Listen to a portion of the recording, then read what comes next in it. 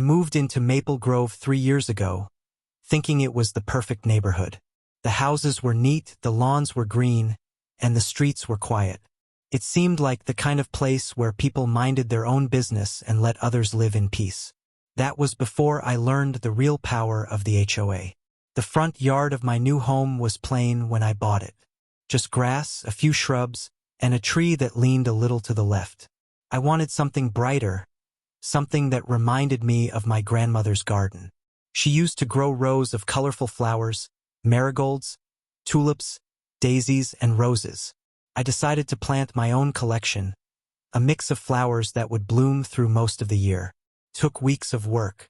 I dug the soil, planted the seeds, and arranged the flower beds in neat patterns. By spring, my front yard was alive with colors: red, yellow, purple, pink, and white. Neighbors passing by would smile and sometimes stop to take pictures. I thought it was harmless, even beautiful. But apparently not everyone thought the same. The first letter arrived in a plain white envelope with the HOA logo at the top. It was short, just a few sentences, but it made my stomach drop. According to the letter, my flowers were not in compliance with community guidelines. The rules, they said, only allowed certain types of plants in the front yard, mostly grass, hedges, and a few approved bushes. My flowers were not on the list. First, I thought it was a mistake. I went to the HOA office and asked for clarification, but the manager simply pointed to a thick rulebook and showed me the section about acceptable landscaping. It was strict, almost ridiculous. Brightly colored flowers were considered visual disruptions. I left the office feeling frustrated. How could flowers be a problem? They weren't hurting anyone.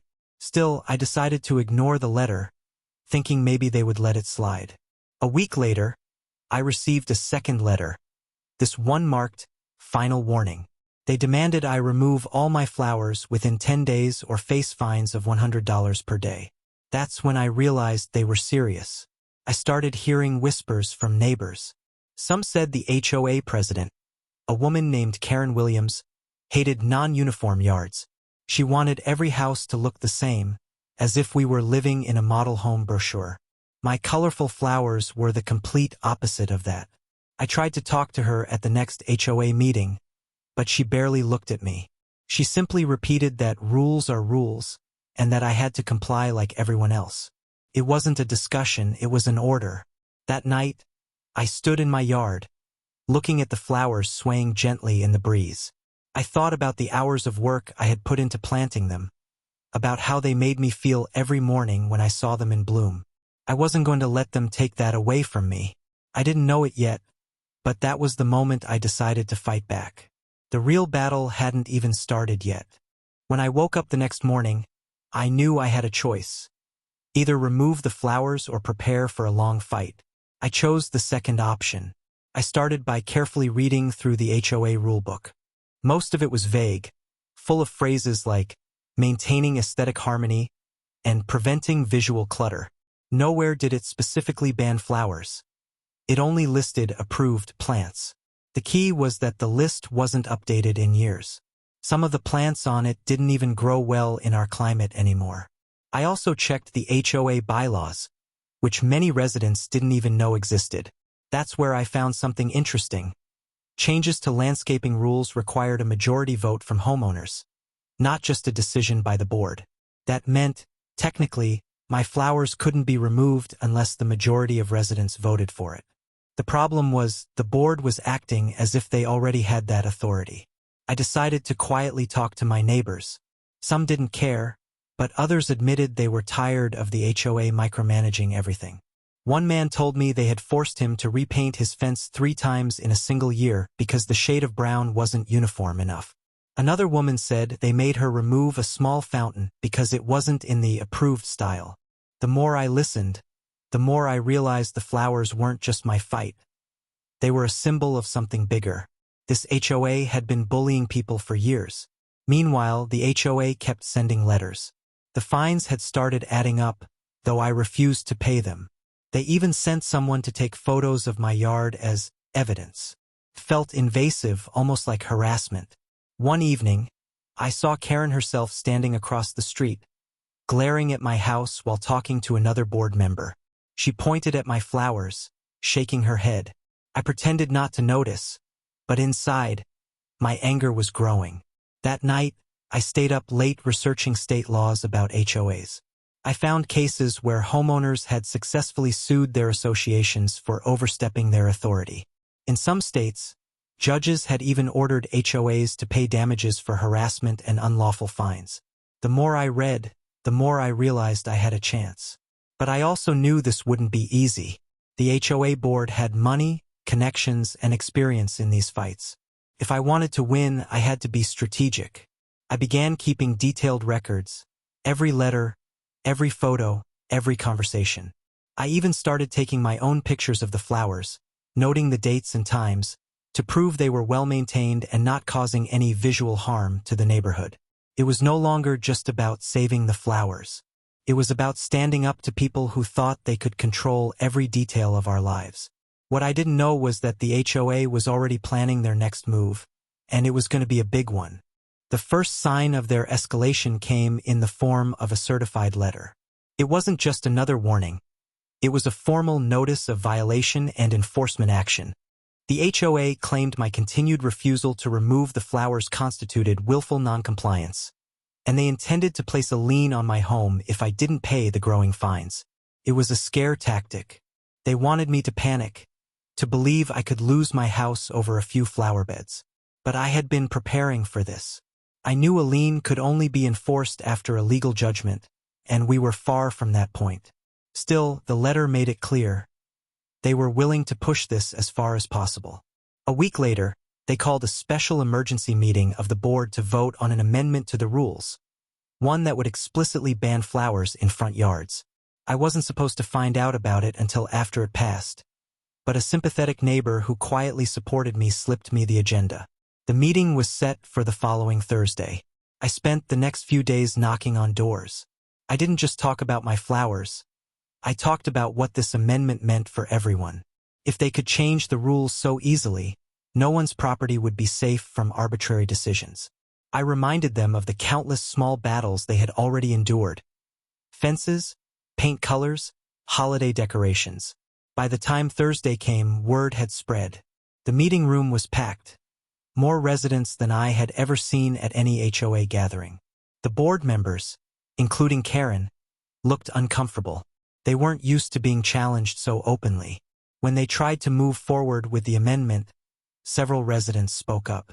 They demanded a proper vote of all homeowners, as required by the bylaws. The board resisted, but under the pressure of so many witnesses, they had no choice but to table the amendment for now. It was a small victory, but I knew they wouldn't give up. They saw me as a troublemaker now, someone who could inspire others to resist. And in their eyes, that was more dangerous than a yard full of flowers. 2 days later, I noticed something strange. Half my flowers had been cut down overnight. The damage was clean, almost surgical, like someone had come in with pruning shears. My security cameras had been mysteriously disconnected. I couldn't prove who did it, but I had my suspicions. And if they thought this would scare me into quitting, they were about to see just how wrong they were. The vandalism was the final push I needed. I contacted a lawyer who specialized in HOA disputes. I handed over everything, every letter, every fine notice, every photo, and the evidence of the damaged flowers. My lawyer was blunt. They've overstepped, and they've done it in a way that leaves them vulnerable. We began building the case. The first angle was procedural. The HOA had violated its own bylaws by attempting to enforce a rule change without a proper homeowner vote. The second angle was harassment. They had targeted me specifically, escalating fines without due process, and possibly even damaging my property. At the same time, I went public. I created a simple website detailing my story, complete with photos of the flowers and copies of the letters. I shared it in local community groups and gardening forums. The response was overwhelming. People from other neighborhoods shared their own HOA horror stories, and some even reached out to offer advice. The more attention the story got, the more uncomfortable the board became. Karen tried to downplay it, calling my claims exaggerated.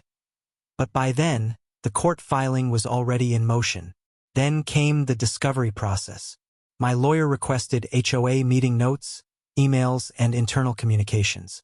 What we found was damning. There were multiple emails between board members, some from Karen herself, explicitly discussing me as a problem homeowner who needed to be taught a lesson. There was even a message joking about how nice it would be to see that yard cleared out. It was clear they weren't enforcing rules for the good of the community. They were targeting me out of personal dislike. That was a massive problem for them in the eyes of the law.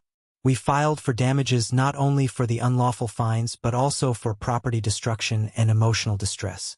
My lawyer also sought to have the HOA's authority reviewed and limited by a judge. When the court date was set, the tension in the neighborhood was electric.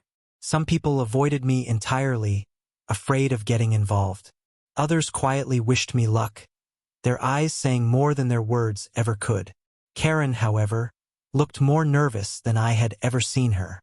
She knew the game was changing, and not in her favor. The courtroom was smaller than I expected, but the atmosphere was heavy. On one side sat me and my lawyer, with boxes of evidence stacked neatly on the table. On the other side, the HOA board members, led by Karen, looked stiff and defensive. The judge listened patiently as my lawyer laid out the timeline. Letters, fines, the attempted illegal rule change, the vandalism, and the targeted harassment proven by their own emails. The HOA's lawyer tried to argue that they were simply maintaining community standards, but the judge wasn't buying it.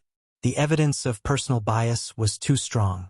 The fact that the flowers were never actually banned in the original rules was the nail in the coffin. After a short recess, the judge delivered the ruling. The fines were nullified. The HOA was ordered to pay me full damages for the destroyed flowers, along with legal fees. But the most shocking part came last. The court ordered an independent audit of the HOA's finances and governance. That audit uncovered years of questionable spending and unauthorized rule changes. Within months, Karen resigned in disgrace, and several other board members followed. A new board was elected, one that promised to focus on genuine community needs instead of micromanaging people's personal choices. As for my flowers, they're still there, brighter than ever. In fact, after the case, several neighbors started planting their own front yard gardens. The street that once looked like a row of identical houses now bursts with colors in the spring. I didn't set out to change the neighborhood, I just wanted to keep my flowers. But sometimes, standing your ground against petty control isn't just about winning your own battle. It's about showing others they can win theirs too. And in the end, the people who tried to ban my flowers lost everything they thought they controlled.